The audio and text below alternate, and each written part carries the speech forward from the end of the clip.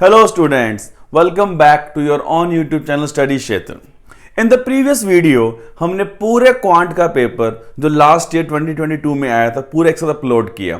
अब इस वीडियो के अंदर will upload the solution of the logical reasoning section.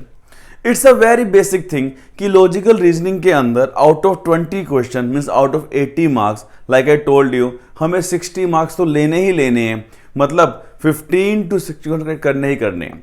सो यहाँ पे आप ये सीखेंगे how very easily in 30 to 35 minutes हम सारे क्वेश्चंस कैसे सॉल्व कर सकते हैं. Now starting with the first question from the previous year, question number 1 was complete the series DIT GMQ KQMPUH. Now this is that kind of part of series जहां पे हमें combine solve ना करके हम first letters को देखेंगे alternatively. If you see this thing, यहां पे D के बाद G आ रहा है मतलब +3, D is 4, G is 7. G के बाद K आ रहा है मतलब +4 कर रहे हैं. K के बाद आ रहा है P, हम कर रहे हैं +5. सो विद दिस पैटर्न 3, 4, 5 मतलब P के अंदर if we add 16 + 6 which is 22, यहाँ पे क्या आना चाहिए V. Now looking at the options, only two options are there, A and C, जहां पे V आ रहा है. So that means option B cancel, option D cancel.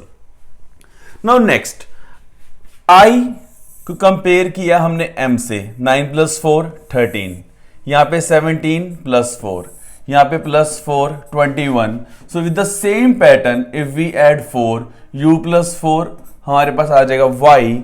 So now out of option A and C, A में आ रहा है Y, so we can confirm for this particular series based question our answer A, V, Y, B is the correct answer. So in this way, eliminating the options or without solving the actual question, we can answer this question only in 30 seconds.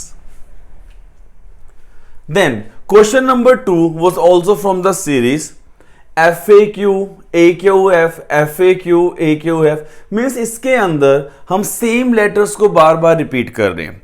The pattern we have used in the previous question will not matter here. If we look at this thing, यहां पे FAQ फिर क्या आ रहा है AQF blank FAQ AQF means first वाले का second letter क्या बन रहा है, दूसरे वाले का first letter.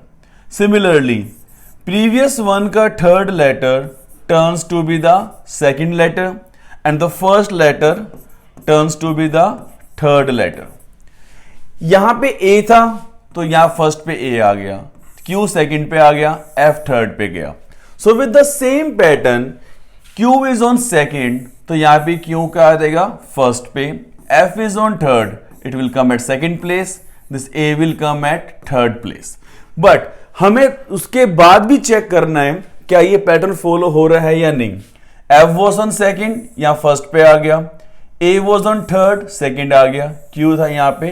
This pattern follows, so we can confirm now for this particular question QFA means option B is the correct answer for this particular question. So whenever जब भी हमारे पास मिसिंग टर्म इन बिटवीन है, हमें वहां पे put करके आगे हमेशा चेक करना है कि इज दैट पैटर्न करेक्ट और not. So in this way again in 30 seconds we can answer this question very easily. Then question number 3. Ram traveled towards east from his office. So means it's a direction based question. अब यहां पे concept of direction is हमें आना चाहिए. It's very simple कि if we go upwards it's north, नीचे south, इस side west, यहाँ पे east. The most easiest way to approach this question is to draw a diagram. हमें जो भी इंस्ट्रक्शंस गिवन है, कह रहे Ram travel towards east.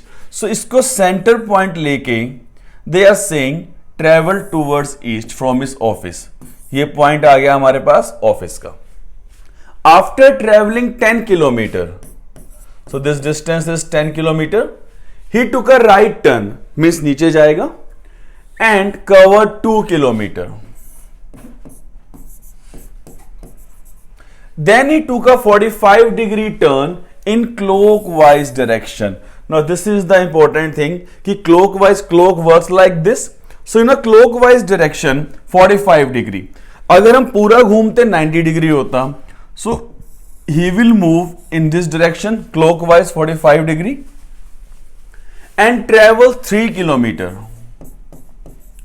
Now the question is, in which direction is he traveling now? Or they can ask you, would have asked you a question, what is the direction with respect to his office? Both are different question. यहाँ पे question की demand है, in which direction is he traveling now? So this was the center. यहाँ पे travel कर रहा है, मतलब center से वो इस side जा रहा है, तो कौन सी position आ रही है हमारे पास? He is moving towards south west. अगर क्वेश्चन ये होता ऑफिस से किस डायरेक्शन में है, answer would have been south east. दोनों ऑप्शंस गिवन है. क्वेश्चन पे दोबारा फोकस करना जहां बच्चे मिस्टेक करते हैं. In which direction is he travelling now? So he is travelling like this, मतलब कहीं से भी हम ऐसे मूव कर रहे हैं. This turns to be the centre point. यहां से कहां ट्रेवल कर रहा है वो? In a south west direction. So for this particular question option C is the correct answer, south west. Now we have a next question number 4. At 3 o'clock, if R end points towards west, in which direction will the minute hand points at 7:45 p.m.? Now the best way to approach this question कि हम diagram draw करें. It's simply a clock with direction. Previous question हमने क्या किया था? North, south, west, east. This is the actual direction. So if I draw a clock here, it will look like this: 12, 3, 6, 9. कह रहा है at 3 o'clock if R end. So 3 o'clock is like this. Now this direction, the R end points towards west. Means यहां पे इस question को वो waste की position बता रहा है. Actually it was east, but question is saying it is west now. So in this question के अकॉर्डिंग हम डायरेक्शन को ड्रॉ कर लेंगे. वेस्ट के बाद क्या आता है क्लॉकवाइज? नॉर्थ. तो ये बन गया नॉर्थ, यहां पे आ गया ईस्ट और यहां पे आ गया हमारे पास साउथ. क्वेश्चन है, in which direction will the minute hand point towards points at 7:45 p.m. So when we draw for 7:45 हमारे पास time will go like this. Minute hand will come here and it will be like this are and. अब the question is demanding minute hand. So minute hand कहां पे है? 9 पे. And 9 क्या आ रहा है हमारे पास यहां पे?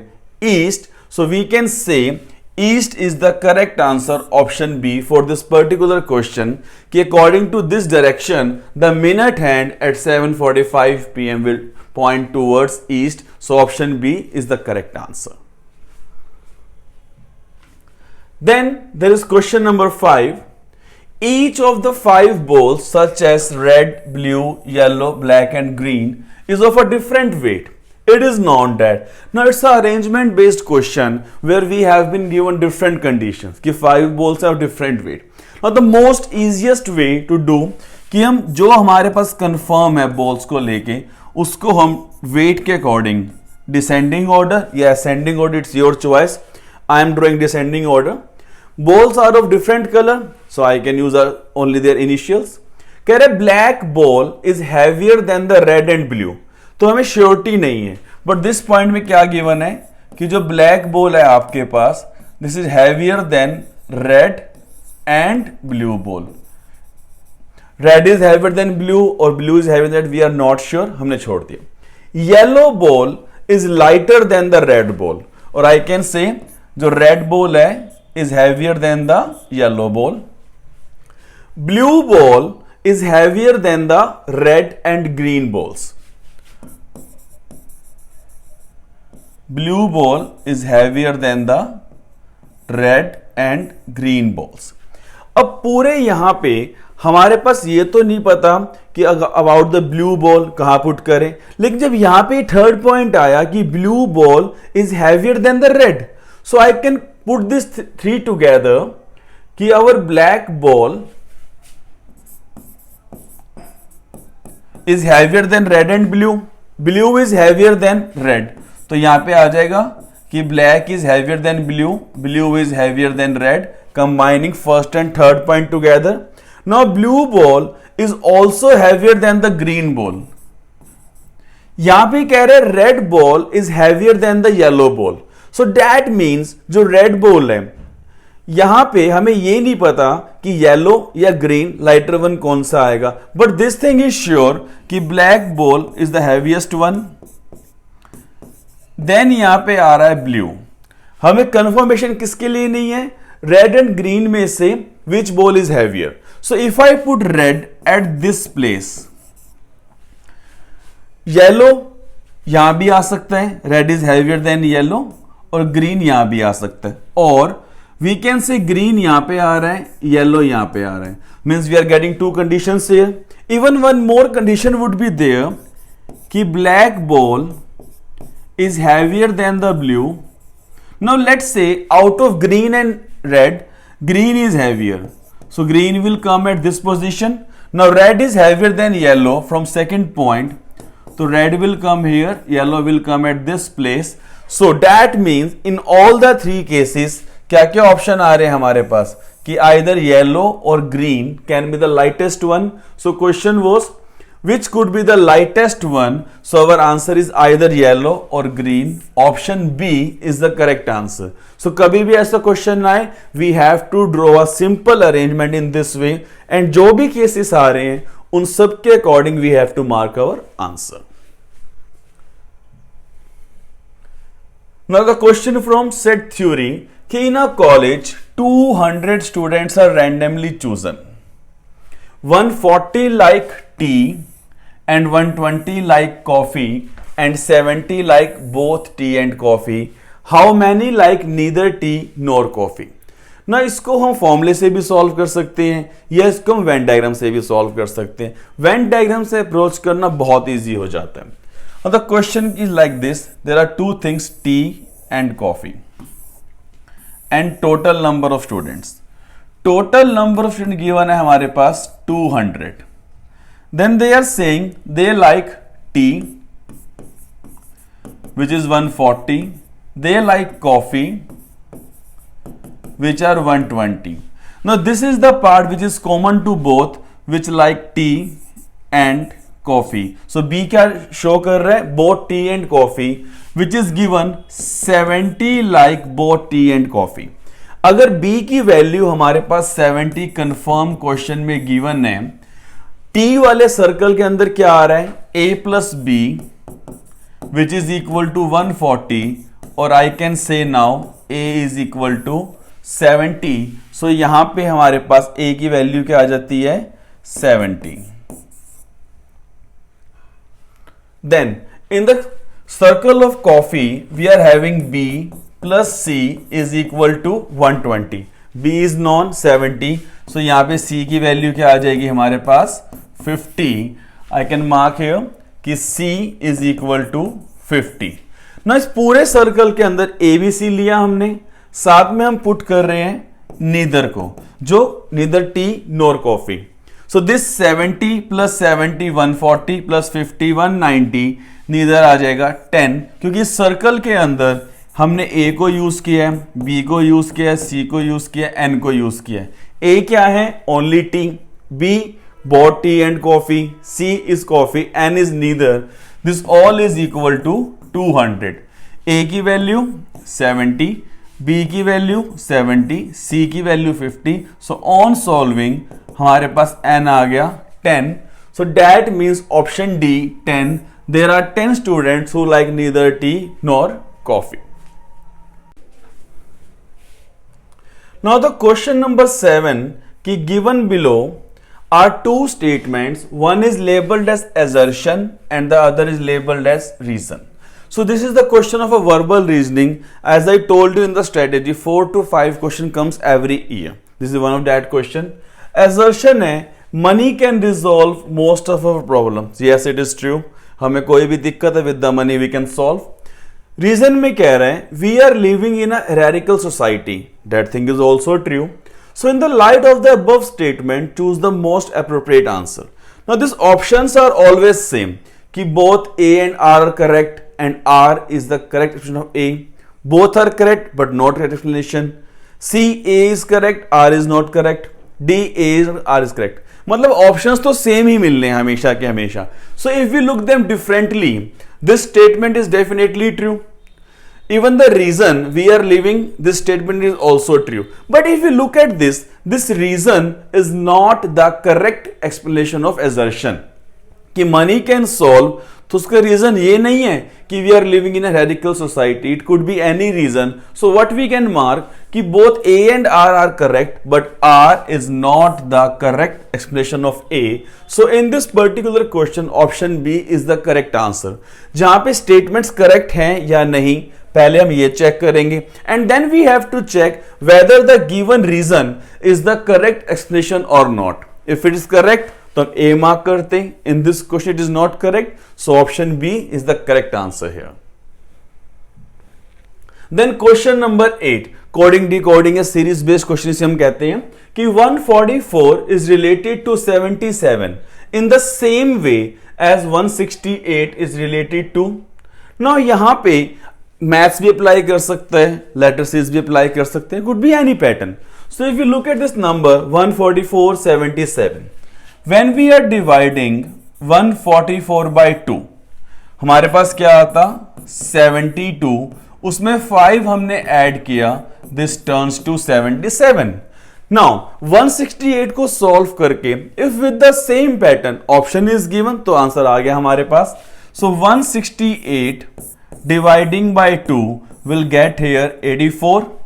Then adding the 5 we are getting here 89, and luckily 89 option given है. So now we can mark कि option D is the correct answer for this particular question. So 89 is the answer for this given pattern. So we have a next question now from the arrangements कि B, C, D, E, G, H are 6 persons sitting in a row, not in the same order. ये तो हमेशा given होता है हमारे पास. अगर हमारे पास क्वेश्चन में डायरेक्शन मेंशन नहीं है कि where they are facing, so by default हमेशा हम लेते हैं north direction. So this basically means left यहां पे आ जाएगा, राइट यहां पे आ जाएगा. अब जो भी स्टेटमेंट से कंफर्म है वो हम पुट कर देंगे, rest we need to solve. कह रहे 2 persons are sitting between C and G, तो मतलब सी डैश डैश जी ये भी पॉसिबल है, G dash dash C ये भी पॉसिबल है. C is to the immediate left of B, क्या बनेगा C and B. So putting here B will can come at this position और यहां पे B आ जाएगा यहां पे. कह रहा है D is the first one in the row, so this thing is confirmed. Now I can put here D is the first one in the row. Now कह रहा है C and H are not sitting together. So in this case हमारे पास already 5 seats हैं और D हमने confirm कर दिया है. So using this arrangement here G blank blank C B, C and H are not sitting together, तो H will come at this position, यहां पे क्या आ जाएगा E. सो इस वाले पार्ट से हमारे पास आंसर आ चुका है, but still there can be a multiple option. तो हम सेकंड केस को भी सॉल्व करेंगे. डी तो कंफर्म है हमारे पास फर्स्ट पोजीशन पे. कह रहा है C B dash dash G. If C and H are not sitting together, तो यहां तो एच नहीं आ सकता कंफर्म. तो क्या तो H can come at this position blank, और H can come at this position. मतलब यहां से भी 2 केस बनेंगे हमारे पास. हमने पुट किया सी बी ब्लैंक जी जो ऑलरेडी था मेरे पास. तो एक केस क्या आ रहा है हमारे पास कि C and H are not, अगर H यहां पे आएगा E can come at this position. Another one कि E can come at this position, H यहां पे आ जाए. There could be one more case कि D के साथ हम E को बिठा देते हैं, फिर यहां पे C है, B है, H आ जाए, G आ जाए. सो ऑल इन ऑल हमारे पास यहां 4 केस बन के आ रहे हैं. अब from the options I have to check which is my correct answer. कह रहे डी एच तो हमारे पास कहीं भी नहीं आ रहा, option eliminated. D C B H G E, मतलब ये वाला केस आ गया, सो बी. अब ऑप्शन को देखें, बी एंड ए तो नहीं आ रहे, so B and C already मेरे पास आंसर आ चुका है. We can also cross check D G H E C B, मतलब इस केस को उसने यहां पे यूज किया है. D G E was not possible, this was also eliminated. So for this particular question arrangement B and C are correct. या फिर इस पूरे अरेंजमेंट को हम क्वेश्चन ऑप्शंस से भी सॉल्व कर सकते थे चेक करके कि डी सब में फर्स्ट है, लेकिन further we are suppose to solve, so better advice कि पहले सॉल्व करें एंड ऑप्शंस को चेक करें, आपका क्वेश्चन कभी भी गलत नहीं होगा। A statement is followed by assumption 1 and 2, means again a verbal reasoning question. An assumption is supposed to be taken for granted. So consider the statement and assumptions and decide which of the following assumption is implicit in the statement. Statement is given, the government has decided to relocate all the brick kilns away from the city, means brick chambers. Assumption 1, pollution in the city is being caused only because of brick kiln in city. Now how can we make sure कि pollution सिर्फ brick kiln से हो रहा है? It could be from cars also, it could be a water pollution, it could be any kind of pollution. So this is not the correct assumption, explanation कि pollution in the city is being only caused of brick kiln. So this will not follow. Assumptions 2, workers should be able to travel daily to the new site of brick kiln. Yes, this definitely seems to be true. The reason being, when the government has decided to relocate all the brick kilns away from the city, अगर एक यहाँ पे brick kilns चल रहे थे और इसको हम B पे शिफ्ट कर देंगे, so definitely the workers has to travel to the new site. A को छोड़ के B पे जाना पड़ेगा. So yes, assumption 2 is the correct implicit for the given statement. So we can say only assumption 2 is implicit for the particular statement. So for this particular question, option B is the correct answer. Now verbal reasoning is that kind of part जहां पे हमें उसको English के according भी correct देखना है और logically भी इट शुड फॉलो. सो यहां पे आ गया option B is the correct answer.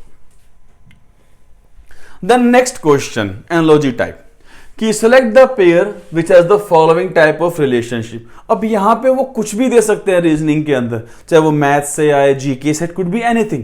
कह रहा है सर्कल का circumference. Now what is circumference? It is a boundary और अ पेरीमीटर, कि सर्कल को रिलेट कर रहा है उसके पेरीमीटर के साथ.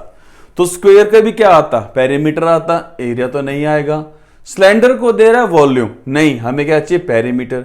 रेक्टेंगल में आ गया perimeter.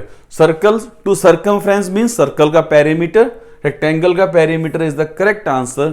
So for this question option C is the correct answer here. Then the question number 12.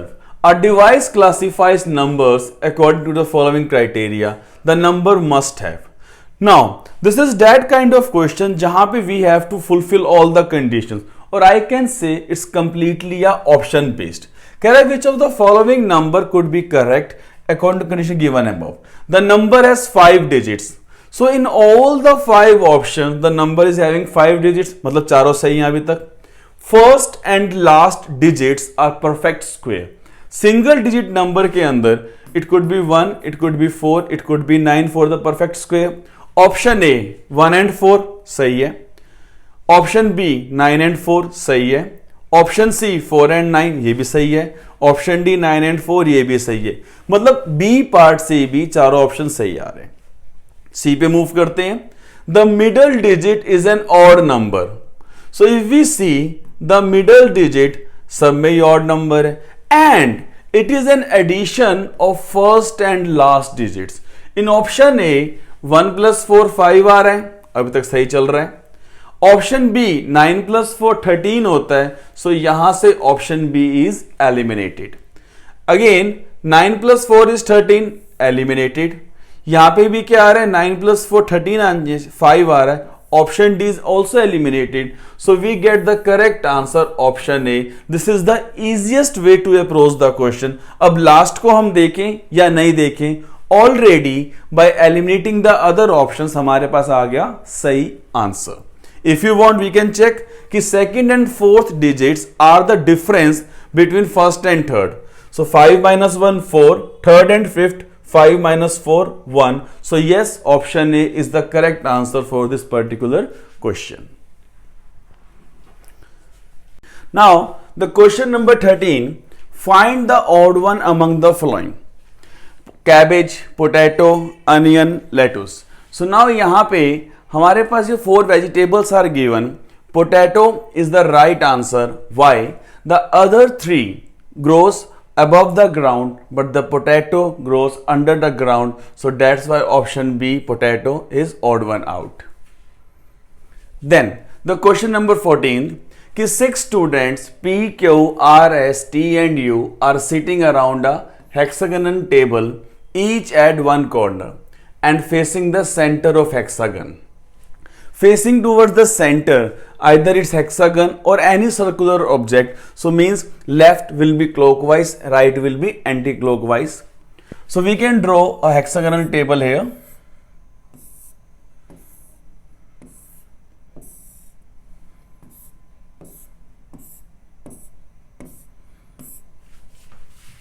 Now they are saying P is second to the left of U, Q is neighbor of R and S, T is second to the left of S. So we have to pick that part जहां से हम multiple things put कर सकें. If we take Q is the neighbor of R and S या T is second to the left of S, let's confirm S here. The best part about this table is हम question को कहीं से भी start कर सकते हैं. कह रहे T is second to the left, so 1, 2. T will come at this position. Now Q is neighbor of R and S. अगर हम Q को यहां पुट करते हैं, यहां पे R is not possible, so that means Q is possible at this position, then R will come at this position. So this 4 we have fixed. Now they are saying P is second to the left of U. Now see, अगर हम P को या U को यहां पे लिख देते हैं, तो we have to check this statement कि P is second to the left of U. So that means U will come at this position. It's left 1, 2. P is second to the left of U, which confirms our arrangement कि this is absolutely right. Now the question is, who is on the right of R? On the right of R, we are having here P. So for this question, option number B, P is the correct answer. So always हम जब भी arrangement question कर रहे हैं circular base means closed table है, सो in this वे हम कहीं से भी स्टार्ट करके will get the right answer. Then question number 15, complete the sequence 24-48-63.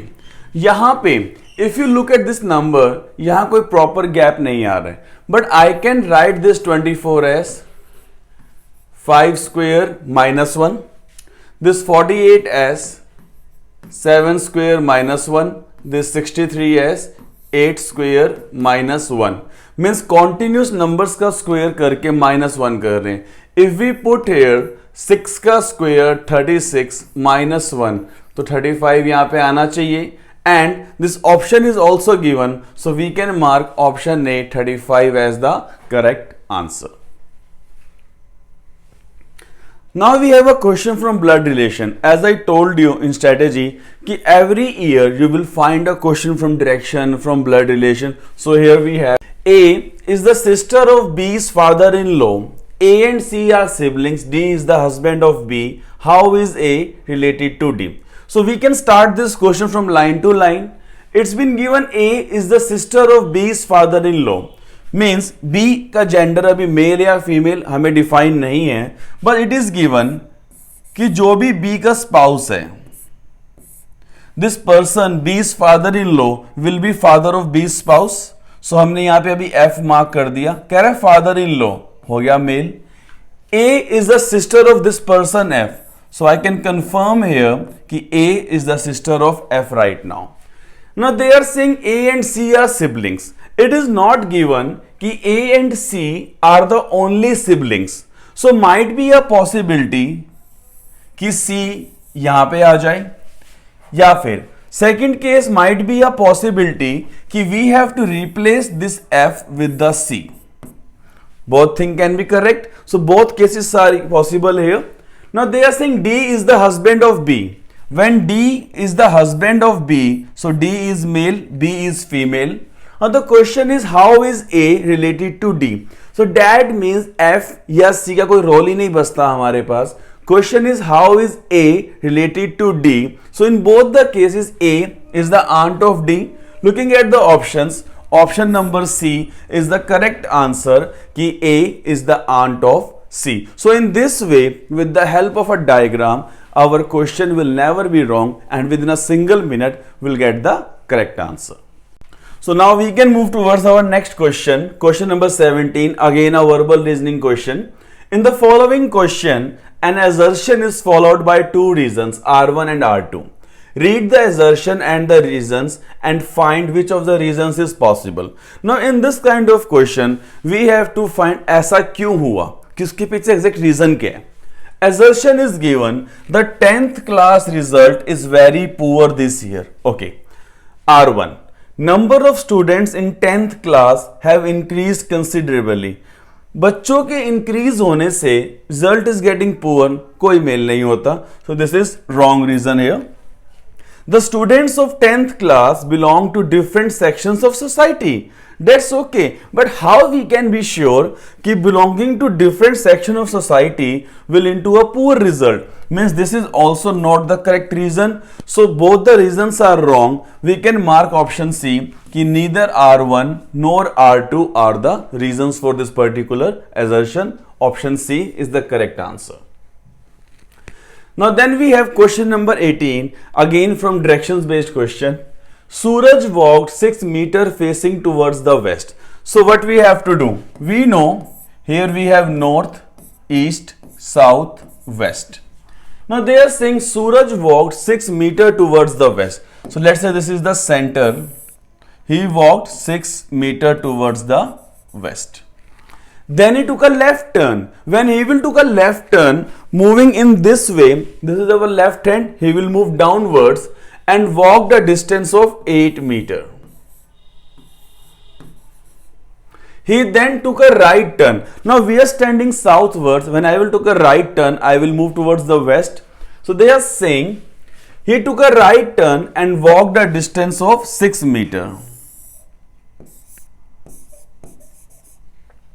He then walked for 10 meters in the northeast direction. Now northeast direction is like this.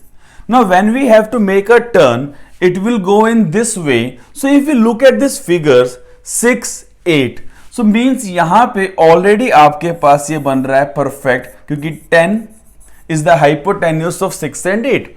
It turns to a right angle triangle. After walking for 10 meters, the person reaches at this point. The question is approximately how far is he from the starting point. Now this was the starting point and this is the final point when the person is starting at this position. So distance between these 2 points is 6 meters. So we can directly mark कि option C 6 meters is the correct answer for this particular question. Now we have a next question, question number 19, a code based question. In a certain code language, this symbol means less than, this symbol means greater than, and the star means is equal to. Now it is given that A, B, C, D, some relation is given. The question is which of the following is true. So the best way to solve this question, क्यों ना हम पहले यहाँ पे proper relation लिख लें. Now this symbol means as less than, so I can write here कि A is less than B. Hashtag means greater than. So I can write here C is greater than B. Now this star means is equal to, I can put here कि C is equal to D. So when we can combine now this A, B, C, D together, we are getting here कि A is less than B. Comparing B and C, C is more than B, or I can say B is less than C. Then it is given कि C is equal to D. So this is the proper arrangement of A, B, C, D according to question. Now they are asking कि which of the following is true. The first one, D symbol A. This means कि D is less than A. If you look at this thing, D is less than A. No, D is more than A. So this option A is eliminated. Second one, B hashtag D. So this turns कि B is greater than D. No, we are getting B is less than D. So this option is also eliminated. A star C. This means कि A is equal to C, but what we are getting? A is less than C. This is also eliminated. So that means option D is the correct answer. No need to check. But यहाँ पे हम check करेंगे. A is less than B. B is less than C. Yes, it is definitely true. So we had already confirmed कि जब हमारे पास तीन options नहीं आ रहे थे, so option D fortunately was the correct answer. हमने confirm भी कर लिया. So for this particular question number 19, option D is the correct answer. So now we have a last question from the previous year paper from logical reasoning section. Again a blood relation based question कि A, B, C, D, E and F are 6 members of a family. A is mother of B. I can draw here कि A minus means female. I am taking minus as female and plus as male. You can use any symbol. M and F use कर सकते हैं, X and Y जो आपका मन करे. A is the mother of B. B, who is the husband of D? So who किसके लिए आता है? उससे पहले वाले person के लिए. B is the husband of D. So these two are the pairs कि B is the husband of D.